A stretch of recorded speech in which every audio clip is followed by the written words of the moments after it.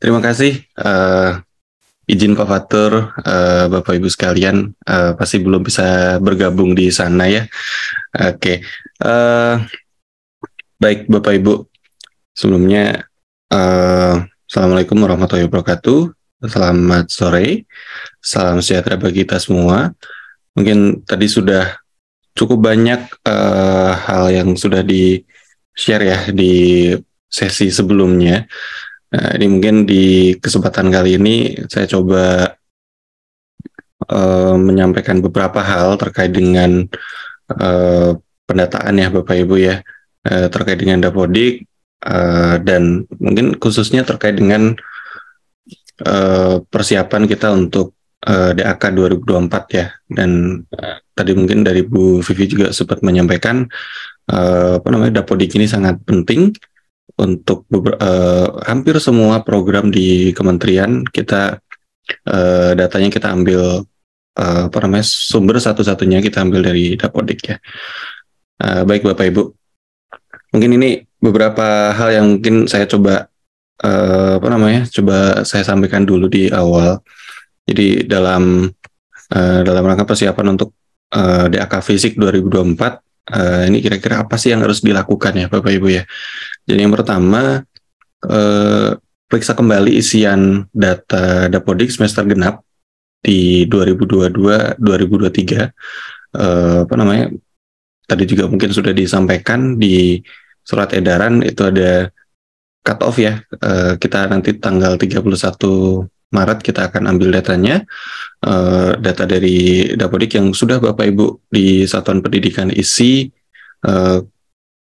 terkait dengan data siswa, data sekolah, sarana prasarana dan lain, itu akan kita ambil tanggal 31 Maret.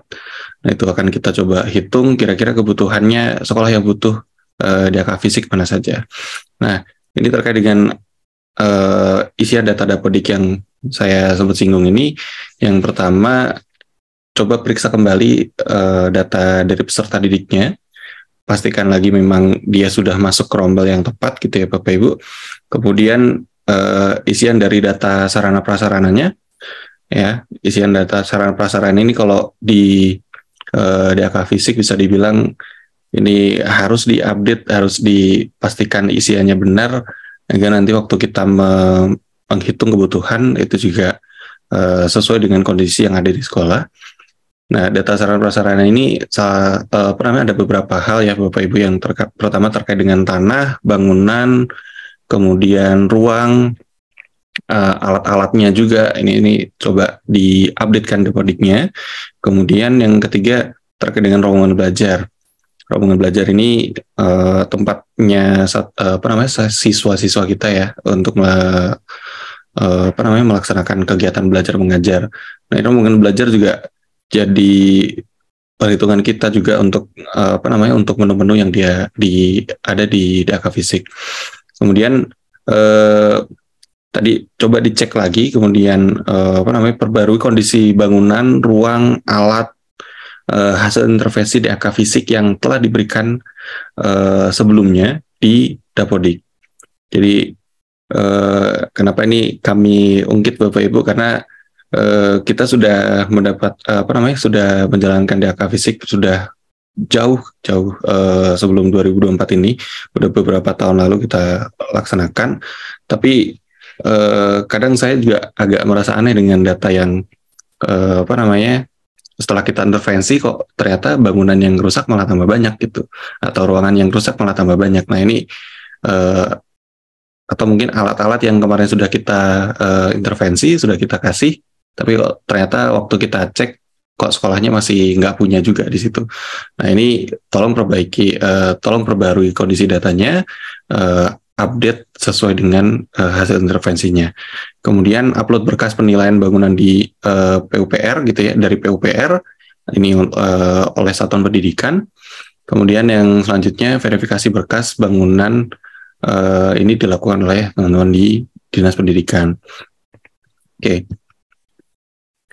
Nah, ini mungkin izin menyampaikan Bapak Ibu, sampai tanggal 16 Maret 2023, ini kami coba lihat datanya dari Januari, ini sudah ada 11.000 163 satuan pendidikan yang telah melakukan upload form penilaian PUPR dengan total ada 31.000 berkas gitu ya Bapak Ibu, dan dari 31.000 berkas ini 5.800 berkas ini telah diverifikasi oleh Dinas Pendidikan. Nah, jadi kalau kita lihat dari jumlahnya saja ini baru 18% ya Bapak Ibu ya, baru 18% berkas yang di tahun ini sudah di-upload dan sudah diverifikasi oleh teman-teman di dinas. Nah, semenjak ada upload berkas di Dapodik, nah ini kita ada total sudah ada 79.000 satuan pendidikan yang sudah upload. Kemudian total berkasnya itu ada 258.000, dan untuk berkas yang sudah diverifikasi oleh teman-teman dinas ini ada di 154.000 berkas atau 59,55% berkas telah diverifikasi oleh dinas. Nah, jadi kalau kita lihat dari gambaran data yang ada, berarti maksimal itu nanti cuma 79.000 satuan pendidikan yang bisa diusulkan untuk dapat rehab gitu ya di DAK fisik, tapi itu pun tergantung dari hasil verifikasi oleh teman-teman dinas juga gitu. Apakah verifikasinya itu diterima, apakah berkasnya memang sudah sesuai atau belum sesuai. Nah, kalau kemarin kami coba lihat dari data, memang sempat kami temukan ada beberapa yang sudah di-approve sama dinas, sudah diverifikasi sama dinas, tapi waktu kita coba cek isiannya, ternyata yang di-upload bukan sesuai dengan form yang kita harapkan gitu Bapak Ibu. Jadi ini juga kami ingatkan ke teman-teman di dinas juga, waktu memverifikasi tolong diperhatikan betul-betul, pastikan bangunan dan berkas yang di-upload ini memang sesuai namanya. Kemudian isiannya juga memang sesuai dengan form PPR yang sudah kita sudah ada di surat edaran sebelumnya, kemudian sudah ada tanda tangannya juga. Oke. Kemudian sebenarnya kalau di Dapodik untuk untuk perekaman data sarana prasarana ini kita bagi jadi 3 Bapak Ibu sebenarnya datanya. Yang pertama data terkait dengan tanah, kemudian ada data bangunan, yang ketiga ini ada data perekaman data ruang. Jadi di satuan pendidikan ini kami harapkan dapat mengecek kembali terhadap keterisian perekaman tanah, bangunan, ruang untuk persiapan penghitungan pengajuan DAK fisik di 2024 lagi. Oke. Untuk penghitungan tanah ini mungkin untuk gambarannya ya Bapak Ibu ya. Jadi kalau katakanlah ada sekolah dia punya 2 sertifikat tanah gitu ya, untuk pengisiannya mungkin kurang lebih seperti ini. Kalau 3 dan seterusnya, atau katakanlah ternyata tanahnya lokasinya lokasinya terpisah gitu ya, ya silahkan diinputkan juga di Dapodiknya juga. Kemudian di isian tanah ini juga kami harapkan teman-teman di sekolah ini bisa mengisi formulir tanah ini diisi dengan lengkap gitu ya. Ada lintang bujurnya, kemudian di sini juga kita mau cek juga apakah tanahnya ini hak milik, sewa, pinjam, atau bukan milik itu Bapak Ibu. Kemudian di sini yang sering miss di pengisian oleh teman-teman satuan pendidikan itu ada di ada di lahan tersedia. Nah ini lahan tersedia ini asumsinya adalah lahan yang memang bisa dibangun gitu ya Bapak Ibu, untuk bisa dibangun nanti kalaupun Bapak Ibu dapat bantuan DAK fisik. Oke. Untuk data bangunan, nah ini bangunan ya sesuai dengan namanya bangunan ya Bapak Ibu ya. Jadi kalau di ruangan itu pasti akan berdiri di dalam satu bangunan gitu. Jadi penginputan kita di Dapodik, kita mendata tanah. Di atas tanah itu nanti ada bangunan A, B, C gitu ya. Kemudian di bangunan nanti ada berapa ruang, di ruangan di bangun tersebut nanti ada berapa lantai. Nah ini kita mungkin gambaran denahnya mungkin bisa macam-macam, tapi mungkin untuk ilustrasi yang seperti samping, nah ini kita coba isikan bangunannya sesuai dengan bangunan yang memang tersedia di satuan pendidikan. Jadi kalau sesuai dengan ilustrasi di samping, ini ada bangunan yang tersedia, ini ada bangunan satu ini terdiri dari ruang kelas, perpustakaan, dan WC. Kemudian bangunan kedua ini ada 4 ruang kelas, bangunan 3 ini ada ruang guru, tempat ibadah, ruang BK. Kemudian di yang nomor 4 ini katakanlah ini ada lahan tersedia di sekolah Bapak Ibu yang dari luasannya memang sudah cukup gitu ya. Kemudian tidak dimanfaatkan juga untuk lapangan katakanlah. Nah itu bisa Bapak Ibu inputkan juga tadi sebagai lahan tersedia di tanah. Kemudian jadi ada isian juga untuk lapangan, lahan parkir juga. Kemudian jika bangunan 1, 2, dan bangunan 3 ini terhubung dengan atap kanopi sebagai ruang sirkulasi, tidak dapat dikatakan dia sebagai satu bangunan. Biasanya teman-teman di satuan pendidikan kadang bingung ya untuk mengidentifikasikan ini bangunannya itu sebenarnya satu bangunan atau 2 bangunan atau 3 bangunan. Karena mungkin ada penghubung antar bangunannya, yaitu ada ruang sirkulasinya. Oke. Jadi kalau di kami untuk pencatatan, kalau katakanlah dia berdiri di satu fondasi gitu ya, itu baru kita bisa katakan dia sebagai satu bangunan. Oke. Ini untuk gambaran di Dapodiknya. Oke. Kemudian data ruang, nah ini mungkin ilustrasinya seperti ini Bapak Ibu. Jadi katakanlah di satu bangunan ini ada berapa ruang, katakanlah ada satu bangunan dia punya 2 lantai, ya berarti nanti untuk pencatatan lantainya juga dicatatkan di Dapodiknya. Bangunan ini ada di lantai berapa. Oke. Kemudian ada pencatatan ruang praktik juga. Ini mungkin Bapak Ibu nanti untuk lebih detailnya Bapak Ibu bisa cek di panduan yang ada di surat edaran kemarin, atau Bapak Ibu bisa cek juga di web Dapo kami untuk ngecek apakah bagaimana cara untuk mengupdate data sarana prasarana di satuan pendidikan. Oke. Ini juga mungkin ada beberapa hal juga terkait dengan pencatatan hal lain di satuan pendidikan yang perlu kami infokan juga. Jadi ini terkait dengan pencatatan kamar mandi atau WC Bapak Ibu. Jadi mungkin kalau kemarin ada yang bingung, ini kami nyatetnya itu per bilik atau per ruang atau kayak gimana gitu. Nah ini kami juga tambahkan ada sub ruang di toilet sekarang. Jadi katakanlah untuk memang yang Bapak Ibu toiletnya itu modelnya seperti ini, ada sub ruangan. Nah ini nanti Bapak Ibu bisa tambahkan sub ruang di toilet.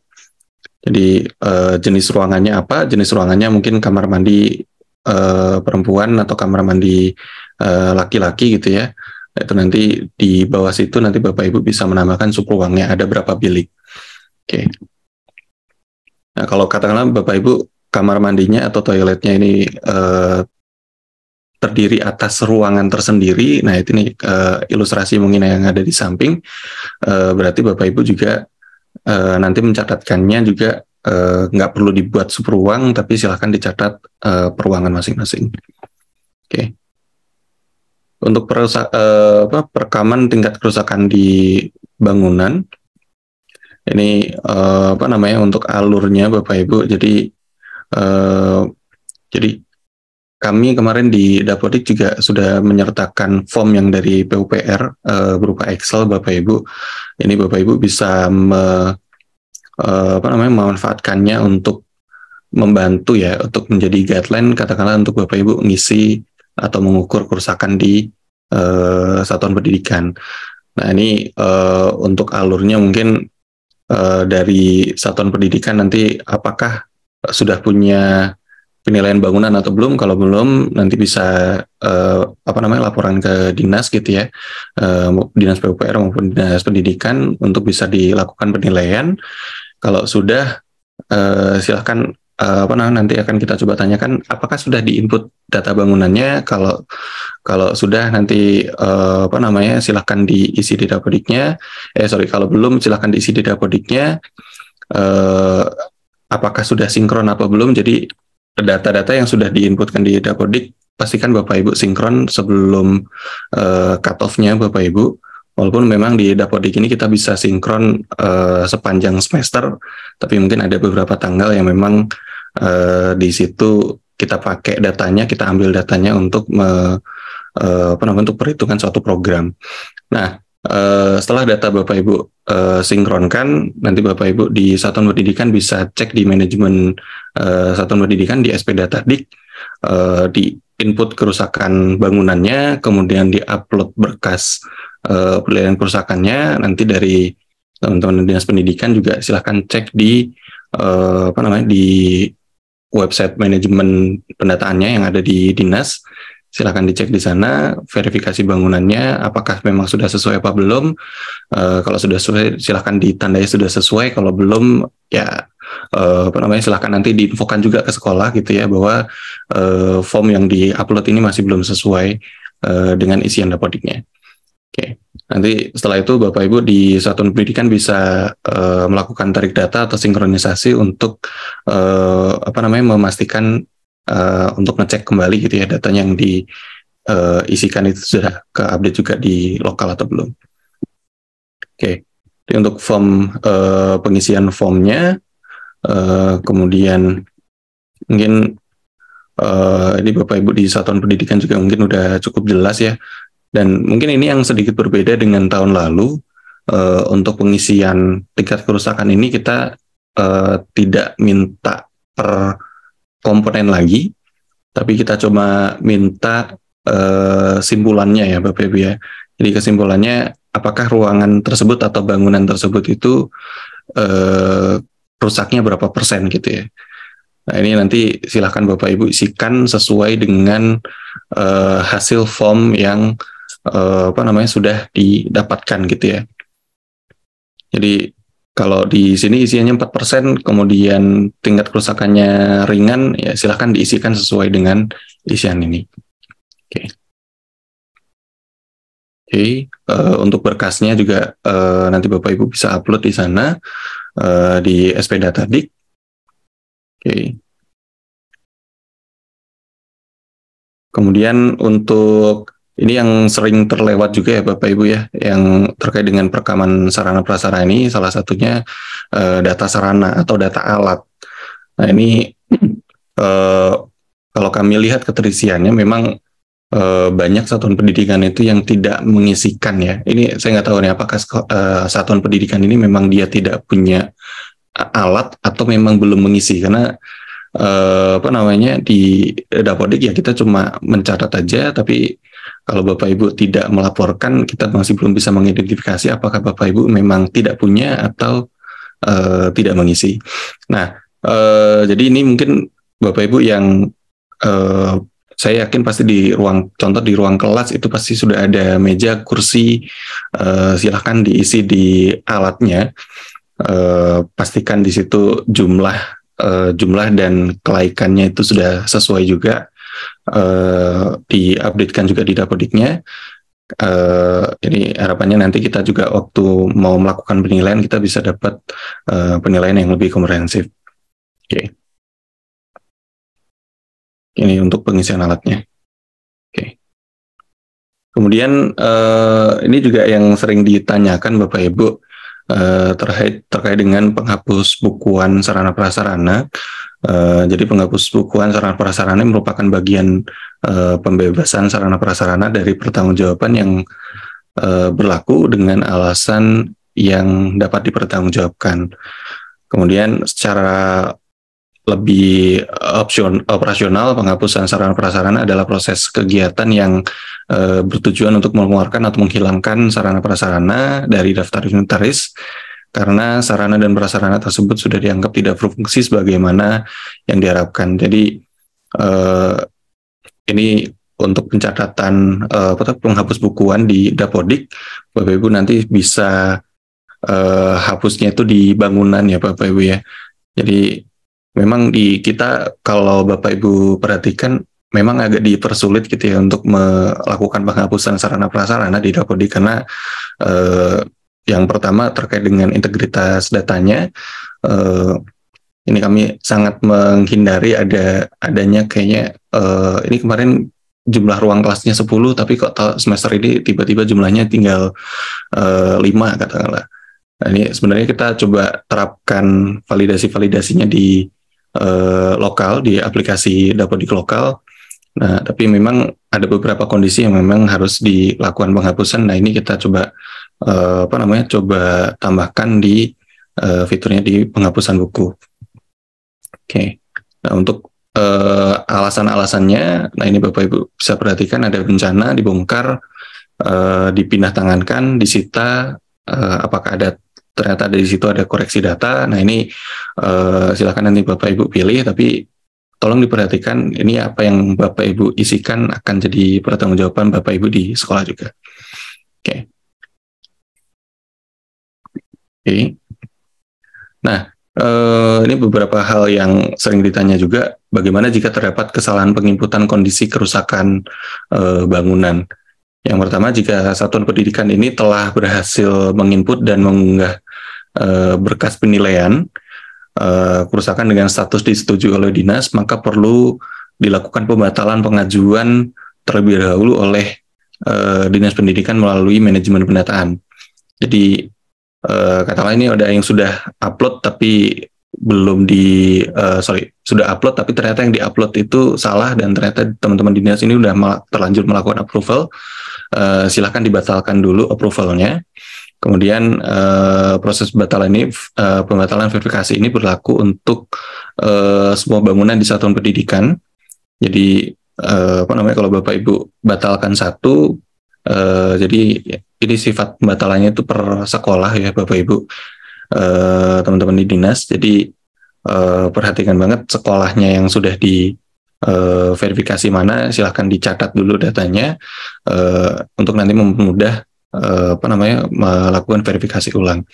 Kemudian setelah pembatalan dilakukan oleh teman-teman di dinas, selanjutnya satuan pendidikan ini melakukan proses perekaman dan unggah ulang berkas penilaian kerusakan bangunan melalui manajemen SP yang di satuan pendidikan. Kemudian apa yang perlu satuan pendidikan lakukan jika menerima bantuan DAK fisik? Yang pasti jika ada satuan pendidikan adalah penerima DAK fisik 2020 sampai 2022, bahkan yang sebelumnya, pastikan data sarana dan prasarananya di aplikasi Dapodik ini sesuai dengan kondisi terbaru.